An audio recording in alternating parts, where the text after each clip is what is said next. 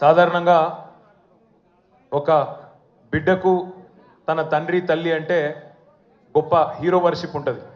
మా నాయన హీరో అనుకుంటారు ఎవరైనా. కానీ కేసీఆర్ గారి కడుపున పుట్టిన బిడ్డగా నిజంగా నా పూర్వజన్మ సుకృతం, నా అదృష్టం. ఎందుకంటే మా నాన్న నా ఒక్కడికే హీరో కాదు. మా నాన్న మొత్తం తెలంగాణ జాతికి హీరో, 4 కోట్ల తెలంగాణ ప్రజలకు హీరో.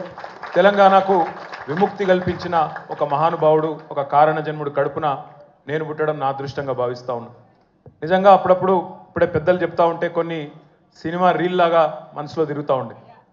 వారు చెప్తున్న కొన్ని మాటలు, కేసీఆర్ గారు ఉద్యమానికి నడుం బిగించినాడు. ఎన్ని ప్రతికూల పరిస్థితులు, ఎన్ని ఇబ్బందికరమైన పరిస్థితులు ఇప్పుడే పెద్దలు మస్సున్నాచారి గారు చెప్పినారు. మీడియా పవర్ లేదు, మనీ పవర్ లేదు, మజిల్ పవర్ లేదు, కుల బలం లేదు, ఉన్నదల్లా ఒక్కటే గుండె బలం, జనబలం.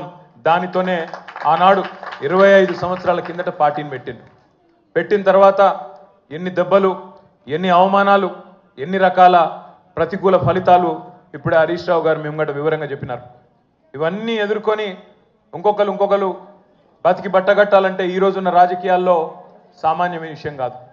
కానీ తాను తెలంగాణ అనే స్వప్నాన్ని తెలంగాణ ప్రజల తరపున స్వప్నించి ఒక కలగని ఆ తర్వాత 25 సంవత్సరాలుగా ఈ రాష్ట్ర రాజకీయాన్ని శాసించి అల్టిమేట్గా సావు నోట్లో తలబెట్టి తెలంగాణను సాధించిన కారణ జన్ముడు మన నాయకుడు కేసీఆర్ గారు అనడంలో రెండో ఆలోచన ఎవరికి కూడా లేదు.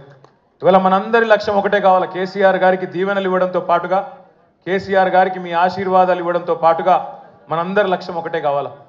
గత 14-15 నెలలుగా రాష్ట్రంలోని ఏ మూలకి పోయినా, ఏ ఊరికి పోయినా, ఏ పట్టణానికి పోయినా, ఏ మనిషి